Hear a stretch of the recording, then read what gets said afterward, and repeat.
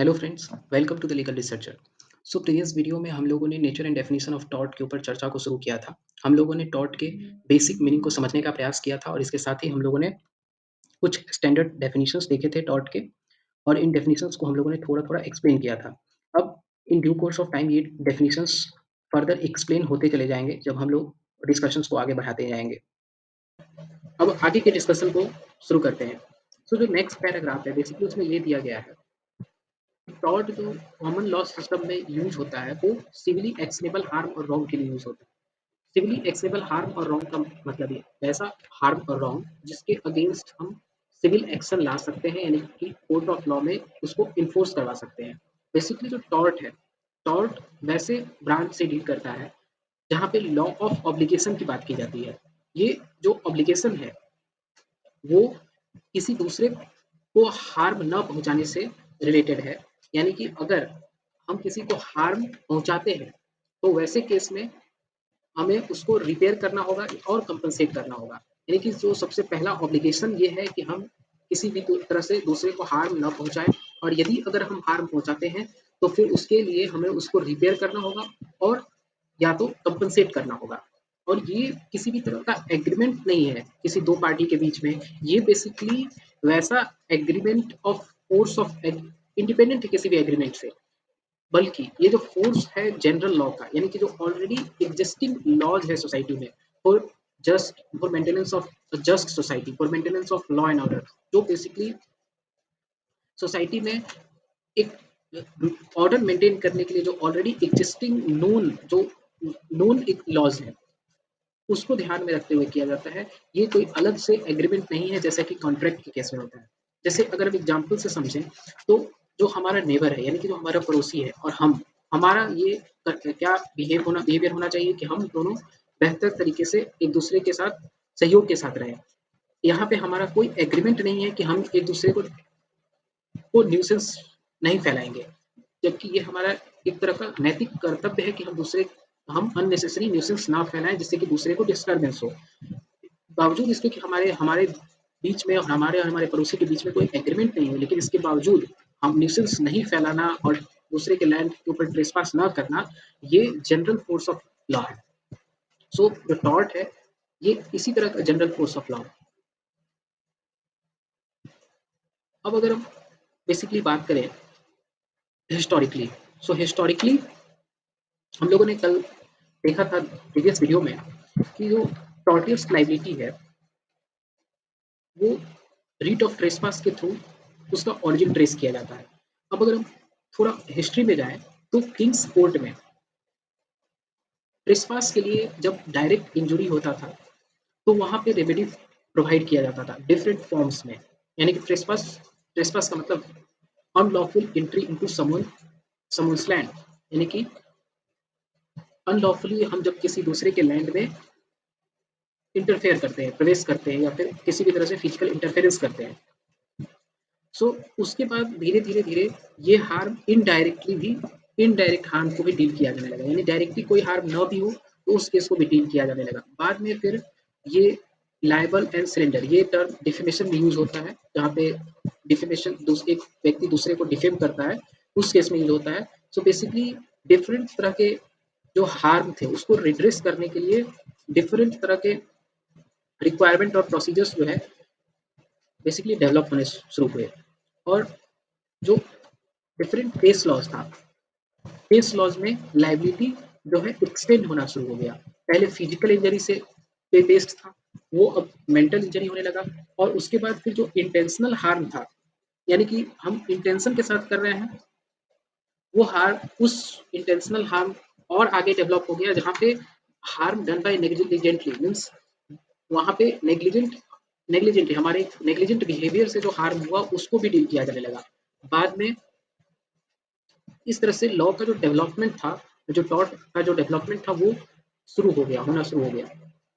हाँ, लेकिन अगर हम बेसिकली देखें तो इन सारे केस में जो डेवलपमेंट हुआ वो बेसिकली इस तरह का था, जहाँ पे जो कोर्ट है बेसिकली कोर्ट जो है रेमेडी प्रोवाइड करेगा by way of damage compensation के फॉर्म में। जहाँ पे जो अनजस्टिफाइड हार्म हुआ किसी पर्सन को, उस अनजस्टिफाइड हार्म के लिए जो है, जो दूसरा पर्सन है उसका जो लायबिलिटी अराइज होगा। नेक्स्ट अगर हम पैरा देखें तो टॉर्ट एंड क्राइम के बारे में दिया गया है। टॉर्ट एंड क्राइम बेसिकली इनका रूट्स जो है सेम है, लेकिन ये एक दूसरे से कई रिस्पेक्ट में अलग है। तो बेसिकली टॉर्ट एंड क्राइम के बारे में स्पेस अलग से टॉपिक में इन दोनों के डिफरेंस को समझेंगे, तो वहाँ पे ये लाइन ज़्यादा अच्छे से समझ में आएगा। नेक्स्ट पैरा अगर हम देखें, सो नेक्स्ट पैरा बेसिकली क्या कहना चाह रहा है। सो जैसा कि हम लोगों ने देखा कि किसी पर्सन है उसका वेस्टेड लीगल राइट्स है, अगर किसी दूसरे पर्सन के द्वारा उसके वेस्टेड लीगल राइट्स को में इंटरफेयर किया जाता है, यदि किसी तरह का हार्म पहुंचाया जाता है, सो ये हार्म या तो डिफेंडेंट के एक्ट या ओमिशन से हो सकता है, यानी कुछ ऐसा एक्ट किए जाने से या कुछ ऐसा एक्ट जो करना चाहिए था उसको ओमिट करने से ये लाइबिलिटी डिफेंडेंट का एराइज होता है।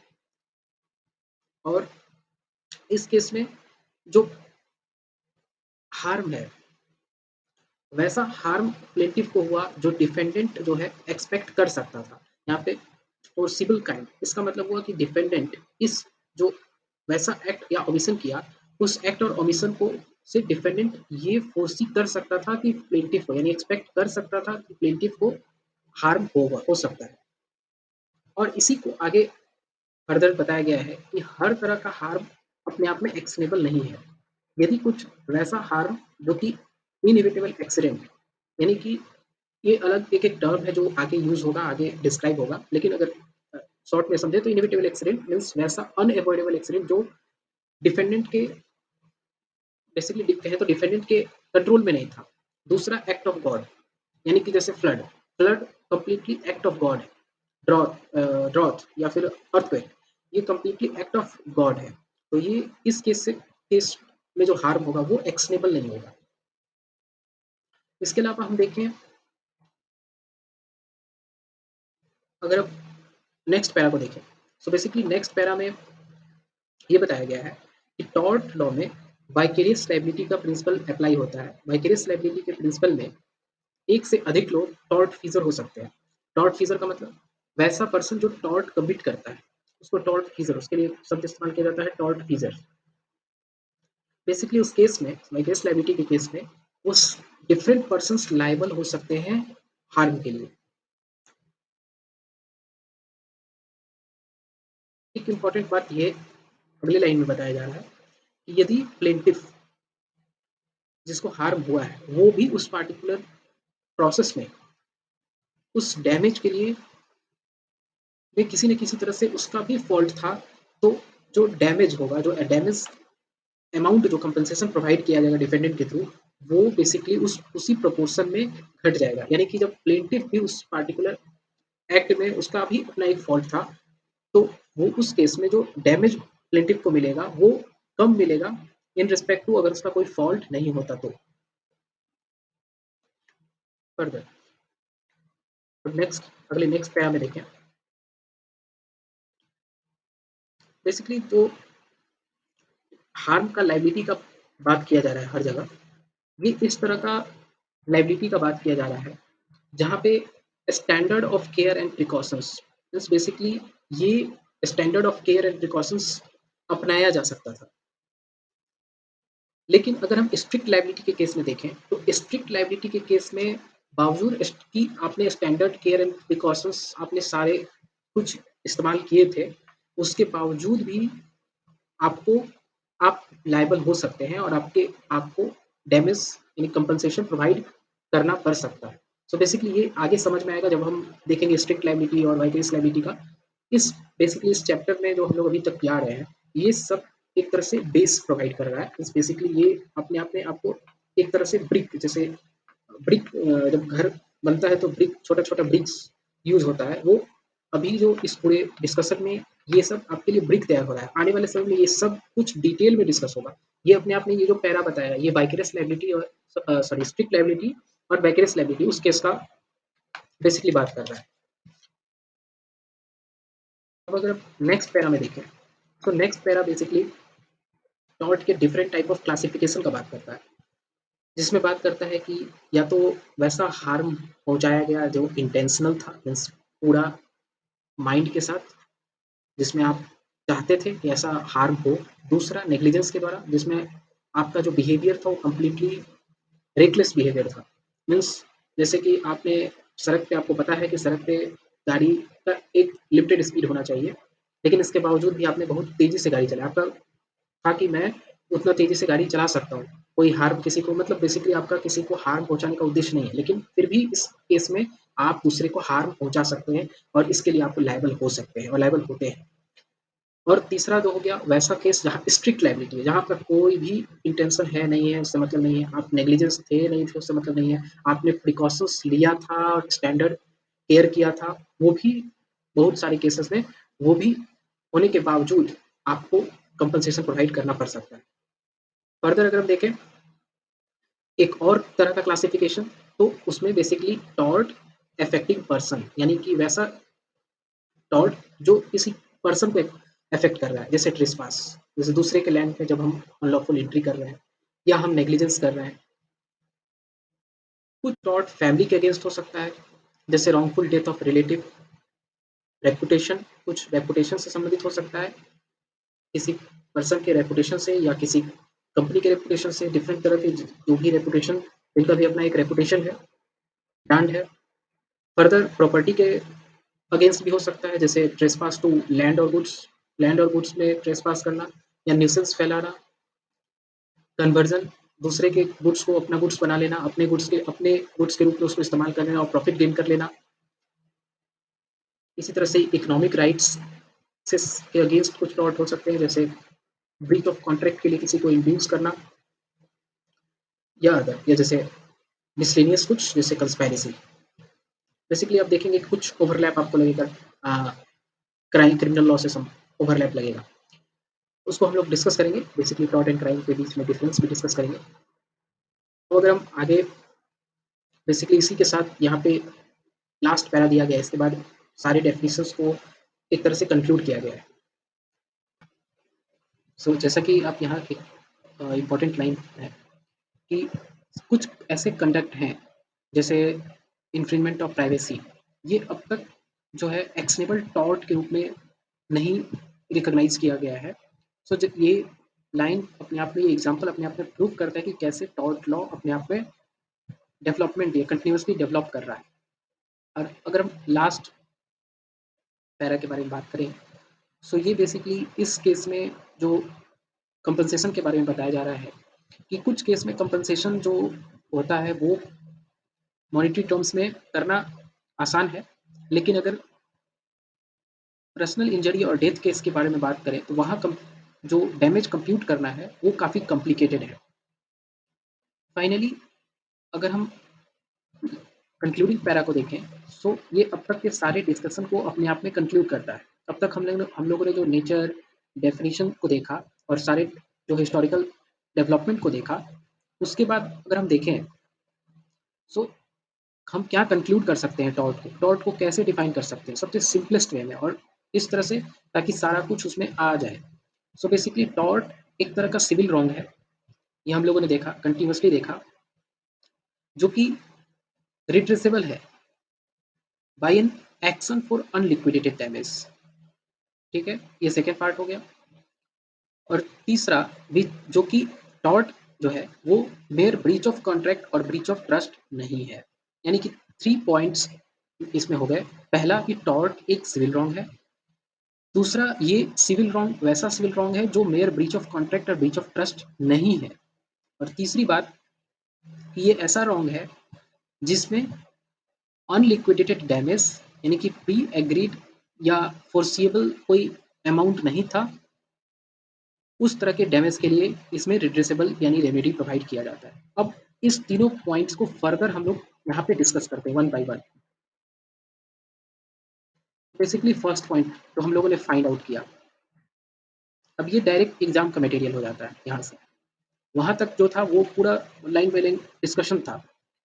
अब यहाँ पे जो है हमारा कंक्लूजन के सेंस में है। अगर हम देखें कि tort is a civil wrong, so basically इसमें इसका मतलब क्या है।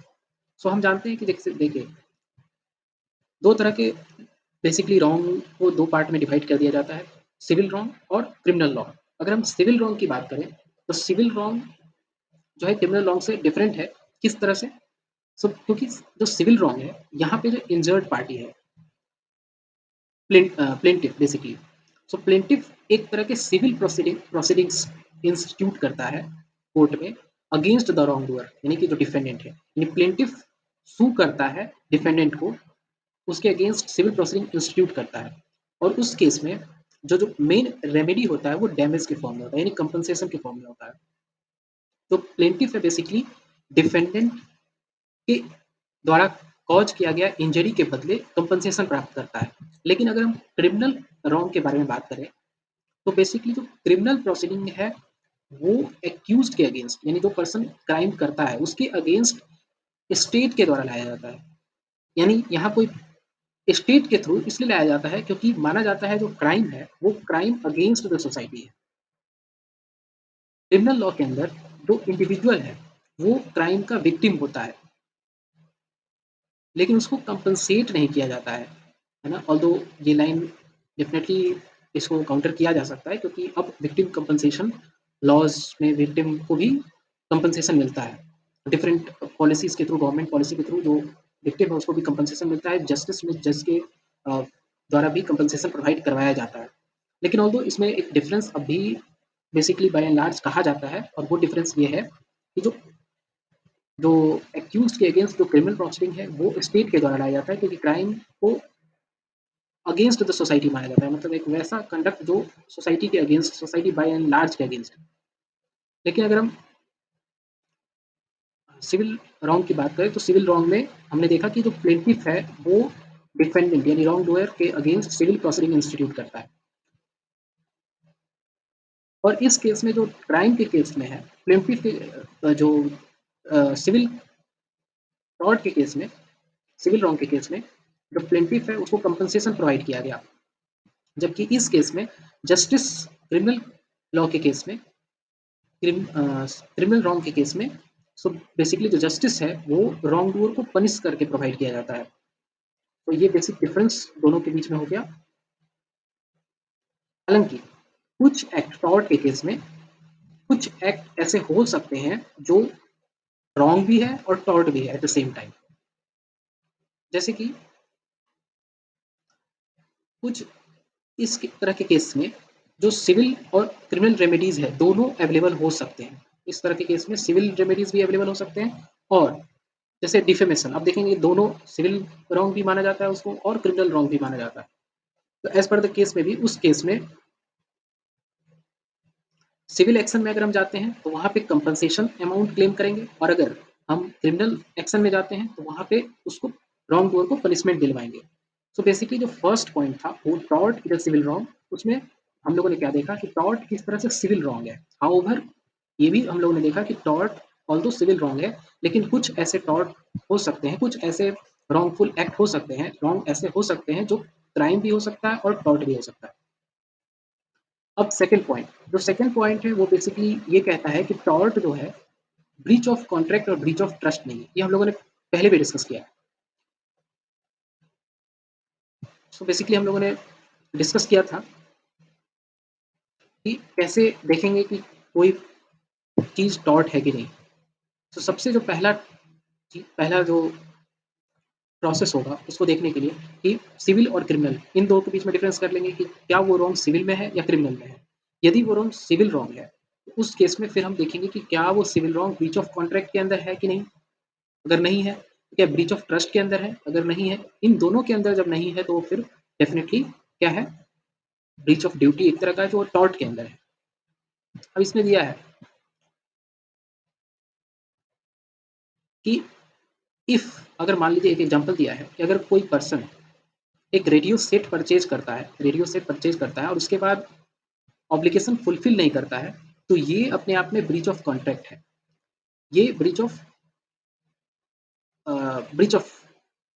कॉन्ट्रैक्ट है और ये टॉर्ट नहीं है।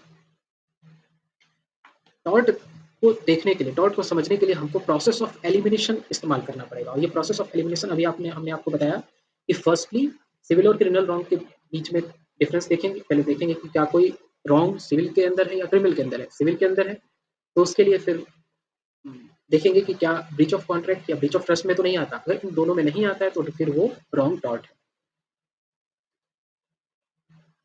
हालाँकि ऐसा पॉसिबिलिटी है कि कोई एक्ट जो है वो 2 या 2 से अधिक सिविल रॉन्ग हो सकता है। जैसे कि अगर एग्ज़ाम्पल यहाँ दिया गया है कि मान लीजिए ए अपना घोड़ा बी के पास कुछ दिन के लिए सेफ कस्टडी के लिए देता है, मतलब कस्टडी में देता है बी के। लेकिन बी क्या करता है, हॉर्स को सपोज़ किसी के हॉर्स को भूखे छोड़ देता है और हॉर्स जो है मर जाता है।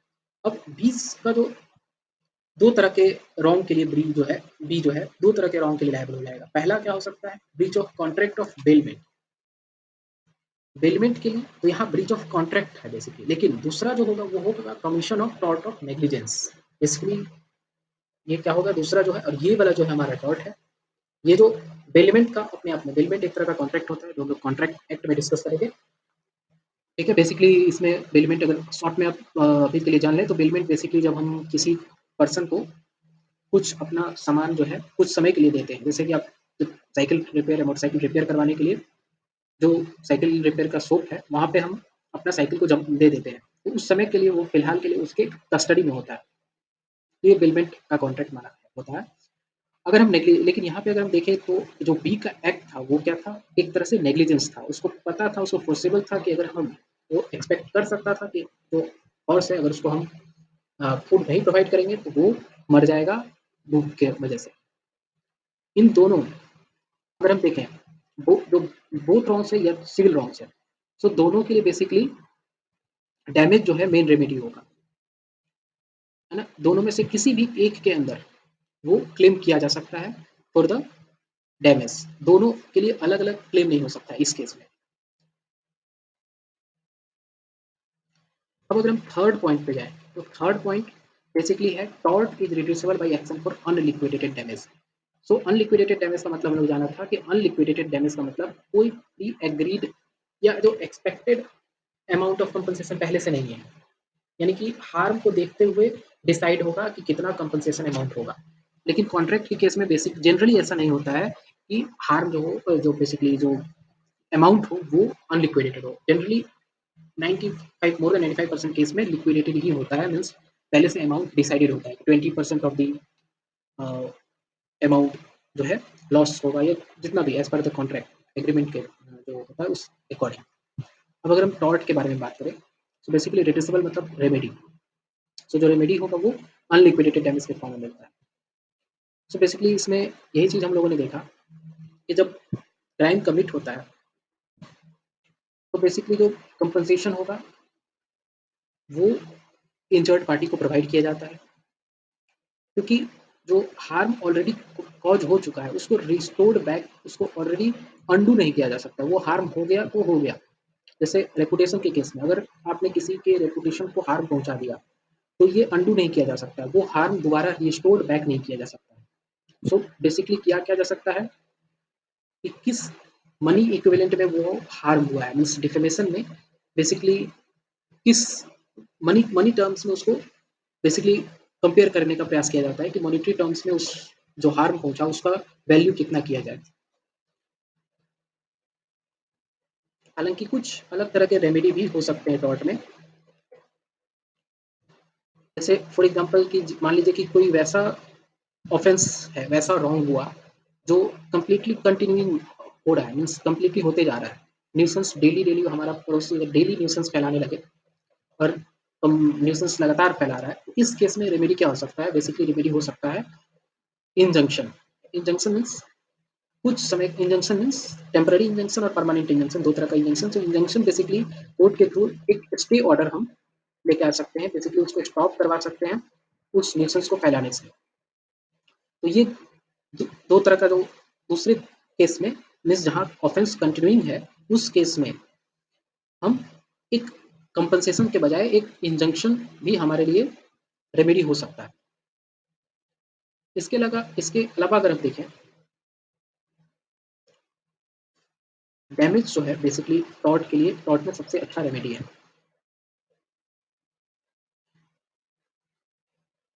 और जब हम ये इस बारे में बात करते हैं कि तो ये बेसिकली इंडिकेट कर देता है, जब हम ये कहते हैं कि टॉर्ट में रेमेडी जो बेसिकली डैमेज जो है, वही एकमात्र रेमेडी है, कंपनसेशन ही एकमात्र रेमेडी है, तो ये बेसिकली इस ओर इशारा कर देता है, ये रॉन्ग अपने आप में एक तरह का सिविल रॉन्ग है, क्रिमिनल रॉन्ग नहीं है। क्योंकि क्रिमिनल रॉन्ग में हम कंपनसेशन से हमारा काम नहीं हो सकता है, क्योंकि मॉनेटरी टर्म्स में हम किसी के डेथ को कैलकुलेट नहीं कर सकते। या सो बेसिकली यहाँ तक हम लोगों ने समझा।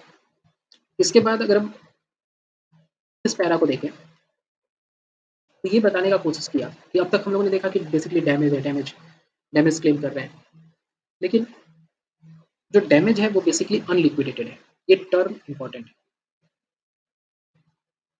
और बेसिकली ये अनलिक्विडेटेड ही डैमेज जो है, जब हम बात करते हैं, तो ये ब्रीच ऑफ कॉन्ट्रैक्ट और ब्रीच ऑफ ट्रस्ट से अलग कर देता है, जहाँ पे डैमेज जो है बेसिकली लिक्विडेटेड होता है। यहाँ पे वही चीज़ बताया गया है बेसिकली कि लिक्विडेटेड डैमेज का मतलब है कंपनसेशन जहाँ पे previously determined by the parties है, पार्टीज के बीच में डिटरमाइंड है पहले से कि अगर ऐसा होता है, ब्रीच ऑफ कॉन्ट्रैक्ट आप करते हो, तो आपको इतना अमाउंट हमें देना पड़ेगा या ये पार्टिकुलर एक्ट आपको करना होगा। और लेकिन जब कंपनसेशन वैसे केस में अगर प्री डिटरमाइंड नहीं है, तो उस केस में जो कंपनसेशन है वो डिस्क्रिशन हो जाता है कोर्ट के डिस्क्रिशन पे, और उस तरह के डैमेज को, उस तरह के जो कंपनसेशन अमाउंट है वो अनलिक्विडेटेड डैमेज के अंदर आता है।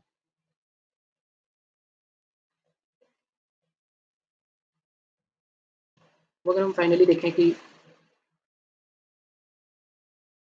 बेसिकली इसमें ये बताने का प्रयास किया गया है कि टॉर्ट के केस में ऐसा क्यों होता है कि अनलिक्विडेटेड डैमेज होता है, क्योंकि उस तरह का प्री डिटर्मिनेशन नहीं किया जा सकता है। आपको पता नहीं था कि आपके लैंड पे कोई ट्रेसपास कर देगा, आपको इस बारे में बात जानकारी नहीं था, तो आप कैसे किसी से एग्रीमेंट कर सकते हैं कि आप मेरे लैंड पे ट्रेसपास मत कीजिए।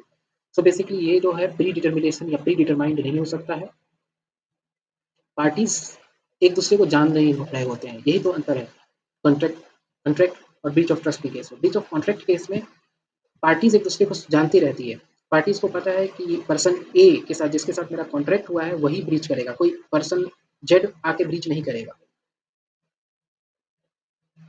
और बेसिकली क्वांटम ऑफ लॉस ये भी डिटरमाइन नहीं किया जा सकता है। सो बेसिकली जो डैमेज है कोर्ट के द्वारा डिटरमाइन किया जाता है, और इसलिए डैमेज जो है अनलिक्विडेटेड डैमेज है। सो आज का डिस्कशन हमारा यहाँ तक रहेगा। बेसिकली एक बार शॉर्ट में अगर हम बता दें, सो हम लोगों ने क्या देखा। सो यहाँ से हम लोगों ने देखा कि जो टॉर्ट है, टॉर्ट बेसिकली हम लोगों ने देखा कि सिविल रॉन्ग है, वैसा सिविल रॉन्ग जो ब्रीच ऑफ कॉन्ट्रैक्ट और ब्रीच ऑफ ट्रस्ट नहीं है। और बेसिकली ये जो इसके लिए जो रेमेडी है वो अनलिक्विडेटेड डैमेज के फॉर्म में है।